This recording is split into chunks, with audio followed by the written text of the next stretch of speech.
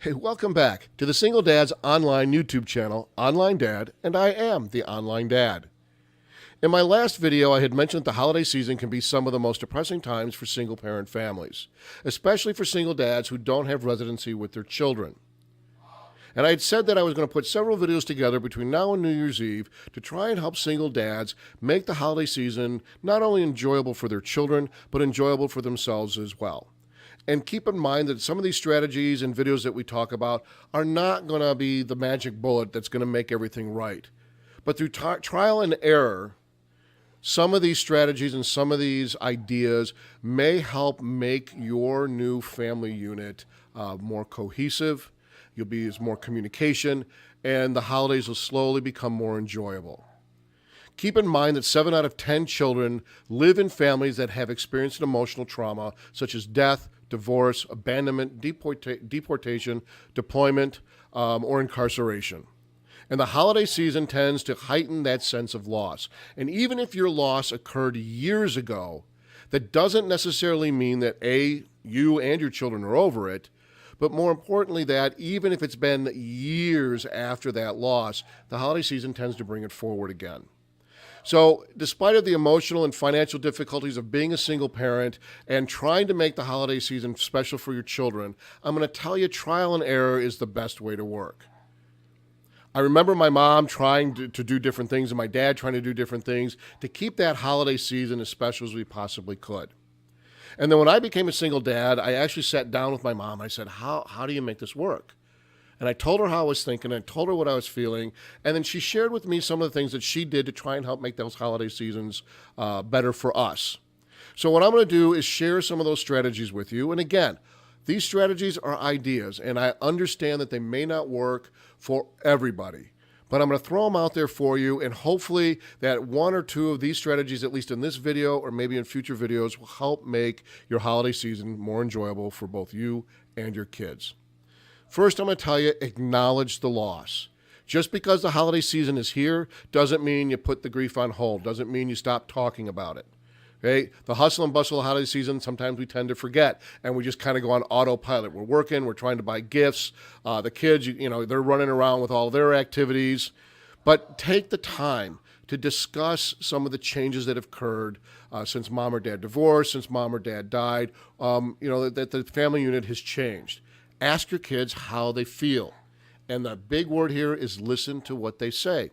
And sometimes what they say to you may not be something you want to hear, but you need to hear it. The loss is not their fault. Okay? And even though we never expected to be divorced or to lose our spouse, you got to remember the kids are more the victims here than the adults. Okay? Encourage positive memories of things that have happened in the past. There's nothing wrong with that. There's nothing wrong acknowledging some of the great times you had before your family unit changed. Okay? It enhances the meaning of Christmas based on memories. And if you think about it, all of our Christmases that we've had since we were kids are all predicated on memories of the prior Christmas and ways to improve that Christmas for the next year, or through a discussion you realize, oh, I can do that tradition, or I forgot about that, and I can do that in my house as well. Okay, it brings the meaning of the holiday season to bring good memories and for them to enjoy in the future. The other thing, the strategy I want to throw at you is anticipate potential difficult moments.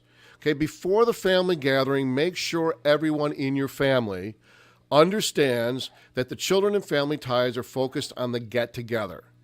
Okay? If there's any bitterness within the family against your ex-spouse, against the circumstances by way you became a single parent, they need to shelf it and just leave it there and stay focused on the holiday. Okay? Clear-cut ground rules. Okay? There's no name calling. There are no taking sides. You don't verbal bash anybody on either side of the family. You keep it focused on the celebration at hand. Understand any negative statements made about your children's mother is like shooting an arrow through their heart into their mother. And that's not going to help anyone. If anything, it's going to create more dissension and more animosity. Because you know what's going to happen? Kids are going to go back and tell their mom what they heard. And vice versa. And then you create even a greater rift between you and your ex-spouse because it's a he said, she said. So you make it very clear to the family, keep your mouth shut, focus on the holiday, keep your feelings between the adults. So, and the other thing you need to keep in mind, there tends to be alcohol at celebrations, and if you have a relative that tends to get himself or herself overserved, and you think it's going to create a problem with them running off at the mouth about your loss or about your ex-spouse, then you need to take action before it happens. The next strategy is be conscious of your own feelings. Your attitudes set the tone for your children. Remember, our children learn by example. There isn't a set of rules that you can read saying this is how you be a good parent. Your kids watch you. So if you're constantly on your phone, you're constantly watching TV, if they want help with their homework and you're saying, yeah, I'll get to it later, your kids feel like they're not priority. And I get it. Parents, we need some of our downtime. But when we are parents, our downtime is secondary to our children's needs. Okay? So when you show anxiety or animosity, it just torpedoes during the holiday season and just explodes right into your face. Always try to see how things play out through their eyes and put their emotional needs first. So before you throw your arms up and say something negative, keep in mind, are your children going to hear it, and how are they going to take it in? And remember, the younger your children are, the more concrete in their thinking. Younger children tend to think of like a light switch is on and off. There's no gray area. As your kids get older, there is some gray area, and when you have some of those negative feelings, or you say something that's not quite what you wanted to come out of your mouth, are they going to fill in those gray areas on their own? Or are they going to come up with their own interpretation of what you have said or what you've done? So just keep in mind their needs first. And again, dads, I know you're not going to be perfect, but just be aware of that. Think before you speak, especially during the holiday season. Another strategy, plan your holiday celebrations. The death, divorce, separation, they complicate the holidays and your special events. With your children, decide how and with whom the families will observe the holidays. And it goes back to that divorce decree and that visitation. And I said to you in the last video that moms and dads, even though it looks great on paper how the visitation is going to work, it may not work in practice. And I implore you to do what is in the best interest of your children for the holiday season. A lot of states now are going to child support payments based on how much you see your children. And that is a positive and a negative connotation on how you feel you're entitled to see your kids. Are you saying I want to see my kids because you don't want to have to pay my child support, or do you truly want to be with your children? And as I said to you before, because you got to see your children every single day when you were married, those family structures have now changed, and that may not always be the case to have that happen. So make sure you work with your ex-spouse to work on those visitations and see if you can modify it to find the balance. If you've got grandparents or other family members that expect you to be there at their house for a certain dinner or a gathering, and it's not possible because you have other commitments to other family members or your kids aren't going to be with you, you need to figure all that out before. My suggestion is come up with your holiday calendar based on what you and your ex-spouse have figured out for the holiday season, and email that to everybody that you would spend the holidays with so they know what you are able and unable to do. Don't agree to things that may just cause a more stressful day and a lot more driving. Okay? You don't want to rush from one house to the other. Again, think of your children's needs before your own. Another strategy is, as a family, discuss those old and new traditions. We talked about this before. Okay, even traditional families, mom and a dad together, the family traditions change. Grandparents are active in your lives, and then grandma or grandpa passes away.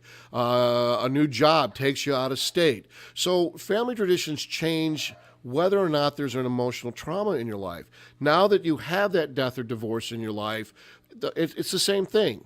So you need to talk to your children about new ways to observe that holiday. And you know what? The internet's full of new ideas. When I was younger and my mom was a single parent, my dad was a single parent, they couldn't run to the local library and see if there was a book on it. And there was no internet and no computers. And the Hallmark Channel didn't exist. So they were really at, kind of grasping at straws because, again, society wasn't prepared in the 70s for parenting out of two different households. So now you've got some of that internet access to try and find those traditions. And again, those traditions are going to be hit or miss. It might look great. Hey, I think this is going to be great. And it was a total bust. Not the end of the world. Hey, my mom, I remember one of the first things she did, we had an artificial tree as a kid growing up. We grew up relatively poor as children, and I remember we got an artificial tree. And, an artificial tree, I'll be honest with you, it pays for itself after a while because you're not buying a tree year after year. So, but I remember my mom saying, you know what, we're going to get a live tree again. And that was one of her new traditions that she started.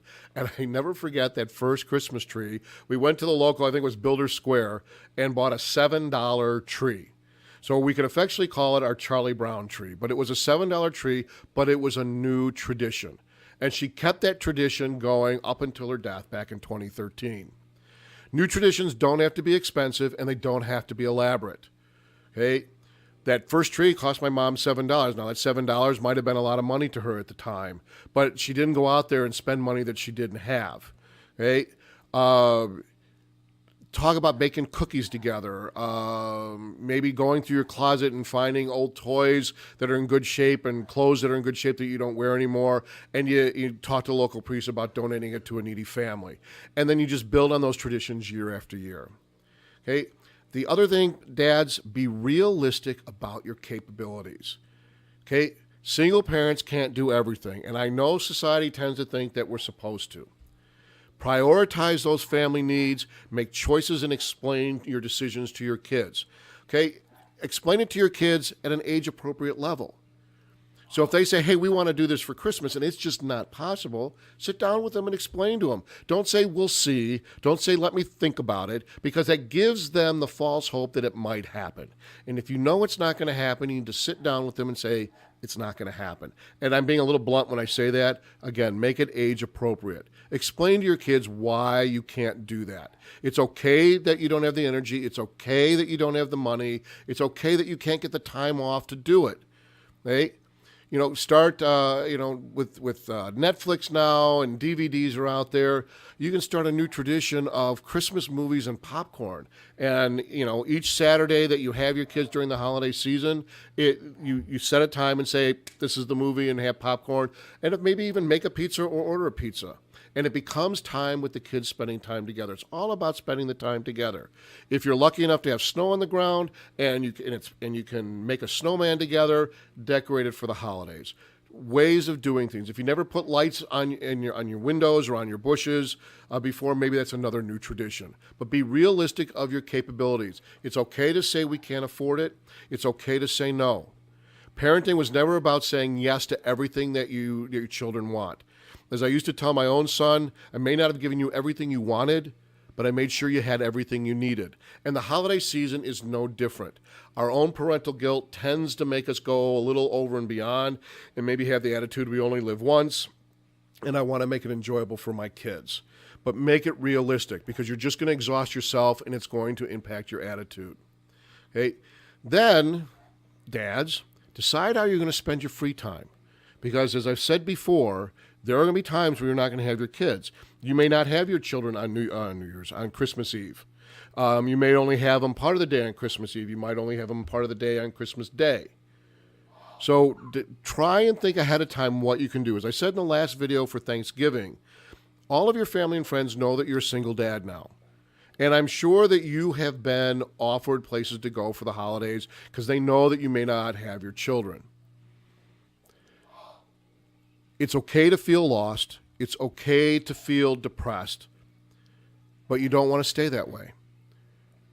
So instead of feeling sorry for yourself, opening a bottle of wine or a case of beer and drink yourself into the TV, start thinking about ways that you can help out. Talked about volunteering at a homeless shelter, serving meals, maybe going to a nursing home and maybe helping there. Figure out what you're going to do. Maybe it's time to clean out the sock drawer, or go through your closet and purge some of those clothes that you haven't worn in a while, may not fit anymore. Maybe it's one of those things of reconnecting with friends you may not have been able to reconnect all year. I know myself as a single dad with everything that I was going on, I have a lot of great friends out there that took a back seat to what's going on. So the great friends is that you can reconnect with them and pick up right where you left off. Okay? The guilt that you may feel about being alone or that you're not with your kids, sometimes that guilt is unrealistic. You know what? Text your kids. Email your kids. Okay? Or call them and just say, hey, Merry Christmas. Hey, thinking about you guys today. I want you to have a great time, and I'll see you tomorrow. Just reassure them there, because you think if you're feeling alone, your kids are feeling guilty that they're not with you as well. So it's a two-way street. But if you reassure them that everything's going to be great, you could feel horrible inside. But you want your kids to know that you're going to be okay. As your family celebrates the holiday seasons this year and every year going forward, remember that you are creating memories for your kids. Keep them warm, keep them loving, keep them happy, the ones that you want to repeat, and you want your children to repeat when they get older. So I'm going to wrap this one up for today. Remember, you are an awesome dad, and your children love you unconditionally. Keep in mind, especially with the holiday season, when you're buying gifts, it's not a competition. So make sure that you stay within that budget as well. So you guys have a great rest of the day. Look forward to seeing you again soon. By all means, go to my website, www.singledadsonline.org, and look at some of the articles you have there and some of the links that I have there. And by all means, hit the subscribe button, or if you'd like to email me with other questions. And also, dads, if you have strategies that have worked for you for the holiday seasons and you kind of share them, by all means, drop me an email. All right, guys, have a great night, and we'll talk to you soon.